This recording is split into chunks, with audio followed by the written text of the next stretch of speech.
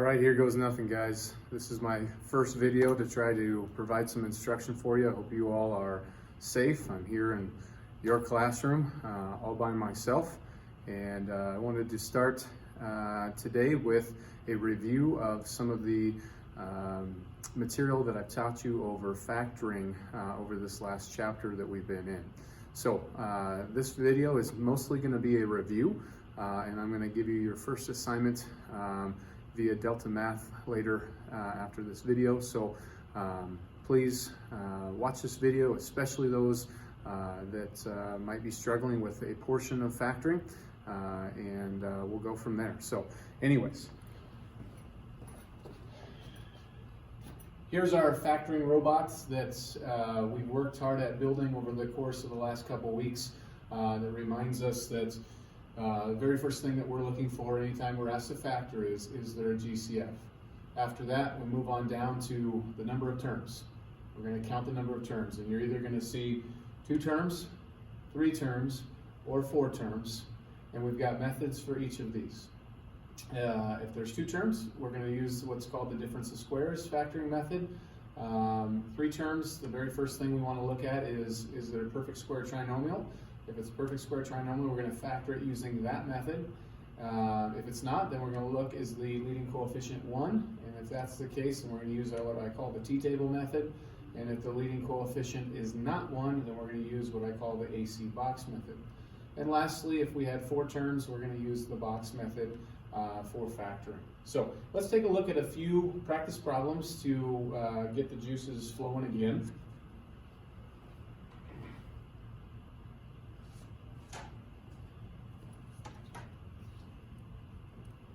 Here's the first problem. So the very first thing,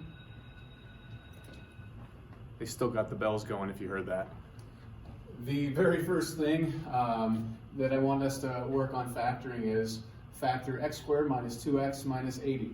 So from watching from home, this would be a great spot to pause the video and to try this on your own. I'm going to keep going here so that you have this to be able to check for yourself. So very first thing that we want to look at is, what is the GCF? Is there a GCF? Well, technically there's always a GCF, but this one's the trivial one. The only greatest common factor is 1.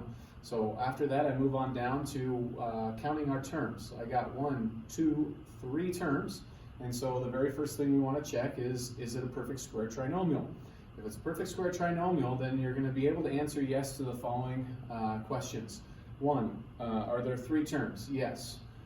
2, is the first term something squared? Yes, this is x squared. Third question, is the last term something squared? No, 80 is not a perfect square. 81 is a perfect square, but 80 is not a perfect square. Thus, we know this is not a perfect square trinomial. Next, then, we look at, is the leading coefficient 1 or not? Well, this is where our leading coefficient is. It's the coefficient or number in front of our highest degree term. X squared is our highest degree term, and so we have a leading coefficient of 1. This is the one where we use the t-table method. So in the t-table, we're looking for what multiplies to make the c term, which here is negative 80, and adds to make the b term, which here is negative 2. So we're looking for, what are the factors of negative 80? Well, notice this is a negative number. The only 2 types of numbers that multiply to make a negative is a positive and a negative. And this has to add to make a negative. So we know that we need a negative number and a positive number, and the negative number has to be bigger for it to add to make a negative. Okay, and we know then that there are only 2 apart. So our factors of 80, we've got 2 and 40, 1 and 80. We could say 4 and 20. We could say all kinds of other things maybe, but it looks like 8 and 10, the factors 8 and 10 are only 2 apart. And we said we need the bigger one to be the negative one. So negative 10 times 8, that works. Negative 10 plus 8, that works. We have found our 2 factors that work to satisfy both of those requirements. So we're going to write our factors in factored form, x minus 10, x plus 8. And that problem is now done. Okay, let's take a look at another one.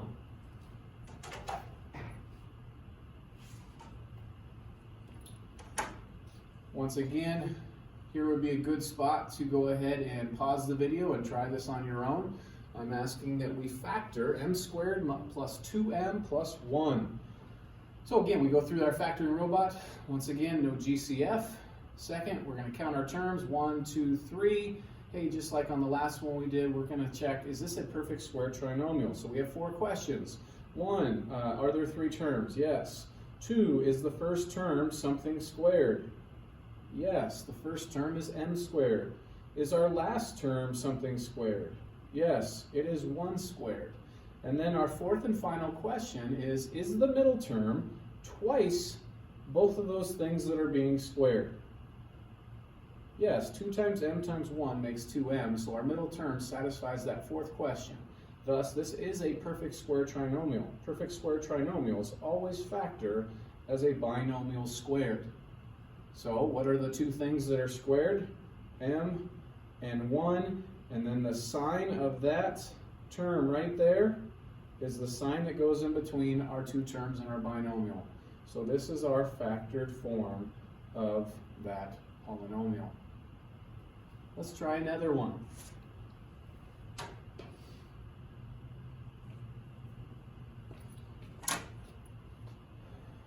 Once again, here would be another good spot to pause the video and to try this on your own at home. We're going to factor this polynomial 5p squared plus 29p minus 42. Once again, we go through our check of our factoring robot. Is there a GCF other than 1? No. 5 is a prime number. 5 is not going to 29, is not going to 42, so we know that there's no GCF. So we count our terms, 1, 2, 3, 3 terms. Thus, we're going to check, is it a perfect square trinomial? First thing is, are there 3 terms? Yes. Is the first term something squared? No, 5 is not something squared. Okay, so we know it's not a perfect square trinomial. Then we're going to, is the leading coefficient 1 or not? Well, again, here's our leading coefficient. Is that number 1? No, it's not 1. So this is where we use our AC box method. So the AC box method starts by another t-table saying what multiplies to make AC.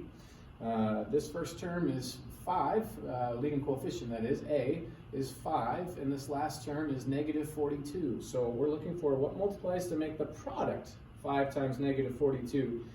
So we got 5 times 40 is 200, 5 times 2 more is 10, and so that looks like 210, but negative is what AC is. And then what adds to make B, which is 29. So we're looking for the factors of negative 210 that add to make 29. So let's see here. Oh, we got a big number. We might have to play with the calculator here for a little bit, but factors of negative 210, we know that, let's see here, that's a 5 and a 42, but those aren't going to make 29 as a gap there. We can see here with, let's do 6. 6 times what? Well, I believe that's 35. Let me double check that. 180 and 30 more. Yes, indeed, it is. And look at the gap between 35 and 6. It's exactly 29. So just like we talked about in an earlier problem, we need them to multiply to make negative. That means one of these is positive and one is negative. Well, they're going to add to make a positive. So if they're adding to make a positive, I need the positive one to be the bigger one. So this is the negative, and there's the positive. This checks. Negative 6 plus 35. That checks as well. So great, we found our 2 factors that satisfy both of those requirements. Now we go to the box. We build our 2 by 2 box. In the upper left-hand corner always goes our first term. So we're going to put 5p squared there. The lower right-hand corner goes our last term, negative 42. And on this diagonal always goes these 2 numbers that we come up with, negative 6 and 35, but with our variable in the polynomial, in this case p. Next, we're going to go down every row, every column, and factor out the GCF. So in the first row, what can I take out of 5p squared and negative 6p? They have a p as a factor in common. 35p and negative 42, they have a 7 in common. First column, 5p squared, 35p, they have 5 goes into both of those, and p in common as factors. Last column, negative 6p and negative 42. We talked about in class, whenever this first term is negative, you want to make sure you take the negative with the GCF, and then 6 goes into 42, it's 7 times. But here we are, it's negative 6, and that's it. They don't have a p in common. And here are our factors. P plus 7 and 5p minus 6. There is our answer to that problem. Okay, so there's an example of the AC box method in use. Let's try something else.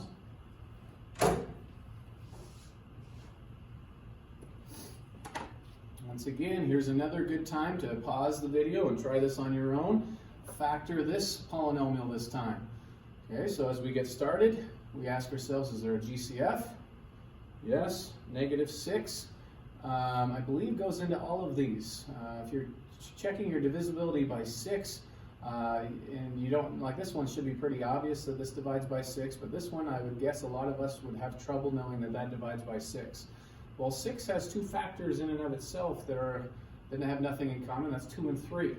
So if this satisfies the divisibility by 2 rule and the divisibility by 3 rule, then it's divisible by 6. So is this divisible by 2? Yes, it ends in an even number. Is this divisible by 3? Let's add up the digits. 1, 6, and 8 adds to make 15. 15 is divisible by 3, so that number itself is divisible by 3. So I know all of these are divisible by 6.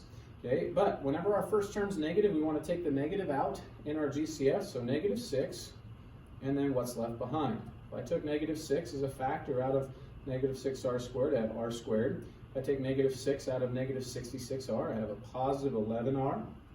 And here's where it gets tricky. If I pull a negative 6 out of that, I'm going to have a positive. Well, let's see here. What would this be if I divided by negative 6?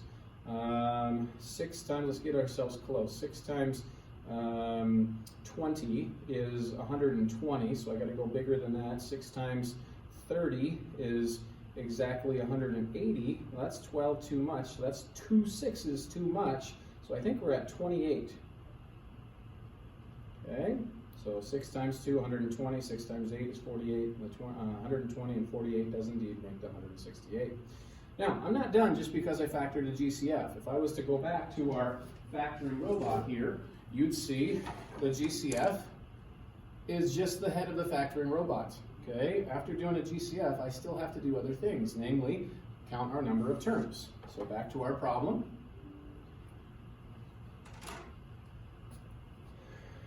I'm looking for, I've got 3 terms. I'm asking myself, is this a perfect square trinomial? Are there 3 terms? Yes. Is the first term something squared? Yes. Or is the last term something squared? Is 28 a perfect square number? No. 25 is, 36 is, but 28 is not. So we're on to asking, is this leading coefficient 1 or not 1? Now, technically the leading coefficient is negative 6, but I've dealt with that negative 6. I'm only working with what's inside the parentheses to continue factoring. So I do have a leading coefficient of 1 on this thing. So with the leading coefficient of 1, I'm looking for t-table method, what multiplies to make 28, our c value, and adds to make our b value 11. So factors of 28, there it is, 7 times 4. 7 times 4 makes 28, and 7 plus 4 adds to make 11. And since this is just the t-table method, we're ready to go ahead and write our factors. R plus 7, R plus 4, and don't forget, this is so easy to forget, that we need to bring down our negative 6, greatest common factor that we pulled out at the start. And that is our answer to that problem. All right, let's do a couple more, and we'll finish off this first video. Let's try this one right here.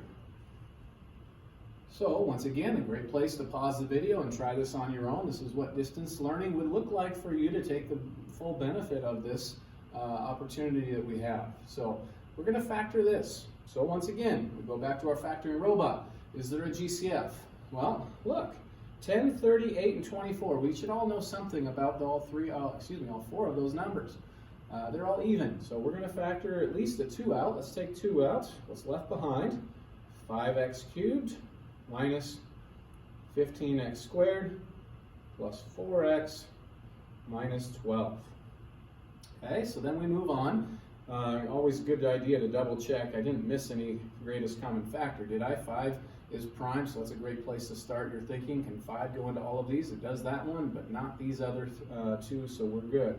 So now I'm going to count my terms. After counting my terms, I got 1, 2, 3, and 4. We're going to go ahead and look at the 4 on the factoring robot, and that is the factoring by the box method, as I call it. Most textbooks will call it factoring by grouping. I feel like the box method tends to be a little easier for you guys than the factoring by grouping method, so we're going to do this by the box method. And your notes on the box method from last week says you want to build a 2x2 box. And in these 2 corners, I want you to place 2 terms that have nothing in common, no common factor. And in this case, all I really have is 5x cubed and negative 12. This one tends to always be your term that is of the greatest degree, and this one always tends to be your term that is of the least degree. Okay? You want these 2 terms to be 2 terms that have nothing in common or have what I would call the least amount in common as factors. Okay, and then you place your remaining 2 terms in the other 2 corners of the box, negative 15x squared and 4x, and now we're going to go just like the ending of the AC box method you saw in the previous problem. We're going to go down every row and every column and factor out the GCF. So 5x cubed, negative 15x squared has 5x squared in common. 4x and negative 12 has a 4 in common. I'm not taking the negative because the first thing I see down that row is not negative. First column, I've got a x in common, and that's it. Last column, I have negative 3 in common, and that's it. And here, once again, are our factors. So we write 5x squared plus 4, x minus 3, and I almost forgot, we need to bring our GCF of 2 right on down here before we finish the problem. And there is our factored form of that polynomial. Okay, let's do one last one.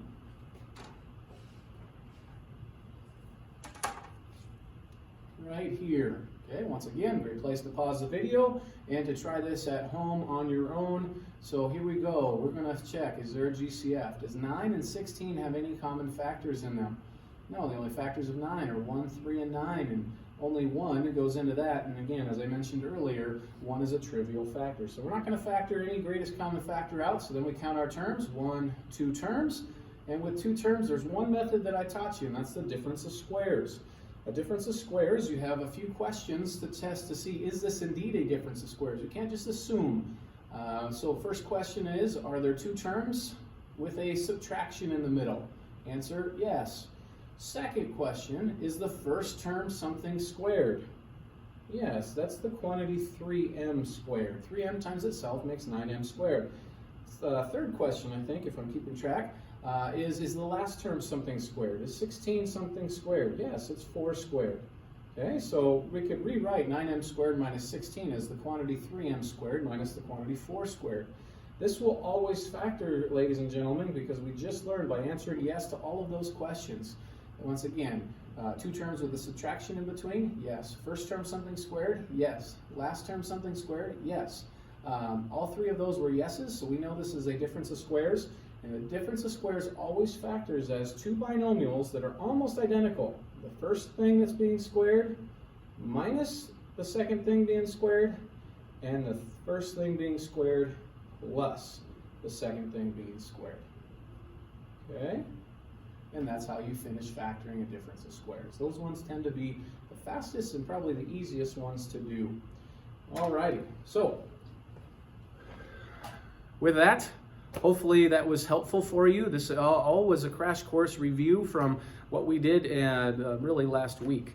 Okay, so I'm going to post your first assignment is going to be something on delta math. We did this in the fall. We used delta math one time. I think it was a day where I was absent, and I created an assignment. So if you have trouble getting into your delta math account, please send me a remind, and I will do my best to share with you what your ID was that you created in the past. Otherwise, I think I gave you the teacher join code that you could create a whole new account, which would be fine as well. So I'm going to give you some sample practice problems on delta math for you to do as your first assignment, so stay tuned and watch for that. This was just episode 1 of Mr. Breen filming for you, and hopefully we'll have a few others in the days to come. I'm trying to do my best to help you be successful. So blessings to you, and we'll catch you later. Bye.